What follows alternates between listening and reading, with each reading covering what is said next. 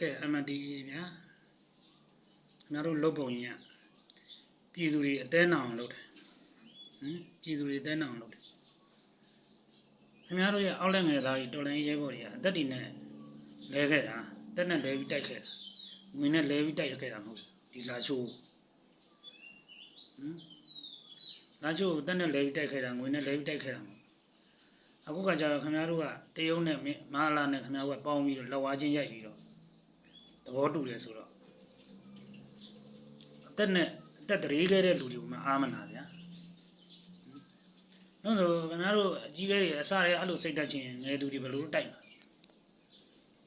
ဘယ်လိုလုပ်တိုက်မှာအသက်တွေအများကြီးတရေခဲ့ရတာ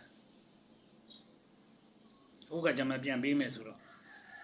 အမှန်ဒီစစ်ပြစ်ဖို့ကောင်းတယ်ဘာမှမထောင်ချောက်လုပ်ပေးထားလားအဲ့ဒါဆိုအဲ့မှာစီရီယန်ဆရာမတွေစေယုံဆရာမတွေမဟာလာလက်ထဲကိုဒီတိုင်းမှာအထာမတင်တော့လို့ထောင်ချောက်လုပ်ပြီးတော့ထားခဲ့မှာအဲ့စီရီယန်ဆရာမတွေရဲ့အသက်အိုးအိမ်ကိုခင်ဗျားတို့ဘယ်လိုအာမခံဘယ်လိုတာဝန်ယူမှုတာဝန်ခံမှုရှိလားမဟာလာခင်ဗျားတို့ရှင်းမှာတော့ခေါင်းငိမ့်နေမှာပဲကိုရမှာတော့တတ်မှာကိုရမှာတတ်မှာ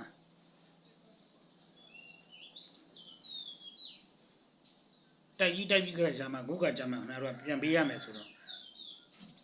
တရုံနဲ့မဟာလာနဲ့ခင်ဗျားတို့3ယောက်ပေါင်းပြီးတော့ညှိပြီးတော့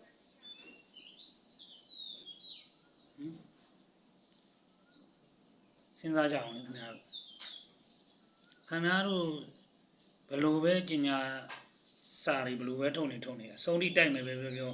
မိုးထိတိုက်မယ်ပဲပြောမယုံဘူးဗျာမယုံတော့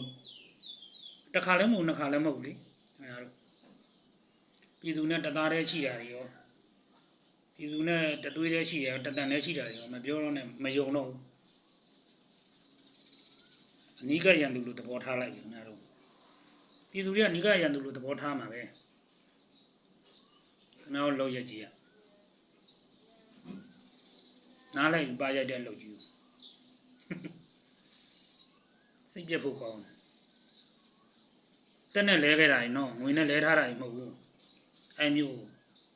တိုက်ထားပြီးတော့တင်ထားတာအဲ့တော့သဘောပေါက်ဖို့တော့လိုတယ်ကဲအယူကြည့်ရအောင်တမခွန်တမမူဘလို့လုံးမလို့စဉ်းစားတာတော့ဆုံးဖြတ်ထားတော့သူကတော့တတ်ခဲ့တာအပြုံလိုက်ပဲ